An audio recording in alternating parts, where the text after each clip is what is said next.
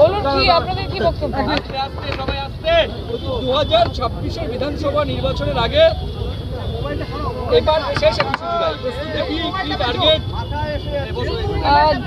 2026 বিধানসভার আগে শেষ 21শে জুলাই এবং 2026-এ যখন মমতা বন্দ্যোপাধ্যায় চতুর্থবারের মতো পশ্চিমবঙ্গের মুখ্যমন্ত্রী হবে তার আগেও এটা শেষ 21শে জুলাই। কাজে আমরা জানি যে প্রত্যেক বছরের রেকর্ড এবার ভেঙে যাবে, ছাপিয়ে যাবে এবং সমগ্র পশ্চিমবঙ্গ থেকে লক্ষ লক্ষ মানুষ ধর্মতলায় 21শে জুলাই সোমবার উপস্থিত হবে এবং ধর্মতলা একটি জনপ্লাবন, একটি জনসমুদ্রে পরিণত হবে। বিভিন্ন রাজ্যে বিজেপি শাসিত রাজ্যে বাঙালিদের উপর নির্যাতন হয়েছে, বিশেষ করে পরিযায়ী শ্রমিকদের উপর। এই অবস্থায় বাঙালি অস্মিতাকে অন্যতম কি হাতিয়ার করছেন আপনারা?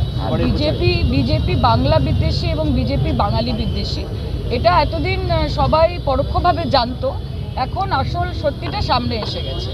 কাজে আমরা বরাবরই জানতাম যে বাঙালিদের প্রতি এক বিশেষ ঘৃণা কাজ করে বিজেপিদের মধ্যে এবং তাই বিজেপি শাসিত রাজ্যে সেটার প্রতিফলন আমরা দেখতে পেয়েছি।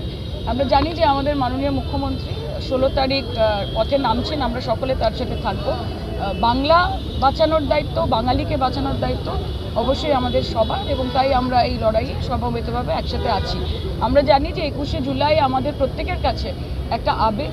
1993 সালে যেই ঘটনাটি ঘটেছিল তার পরিপ্রেক্ষিতে যেই 13 জন যুবক তরতাজা, সেই সময়ের তৃণমূল যখন হয়নি তখন যুব কংগ্রেসের সভানেত্রী মমতা ব্যানার্জি, ওনার নেতৃত্বে মহাকরণ চলো অভিযান এবং সেখানে 13টি প্রাণ চলে যায়।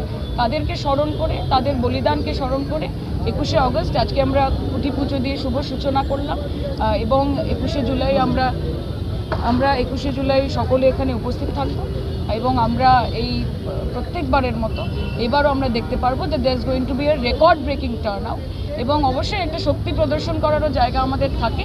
আমরা জানি সামনের 26-এর ইলেকশন রয়েছে, মামাটির মানুষ মমতা বন্দ্যোপাধ্যায়ের সঙ্গে রয়েছে, তাই যতই নাড়ো কলকাঠি 26-এ আবার হাওয়াই চটি।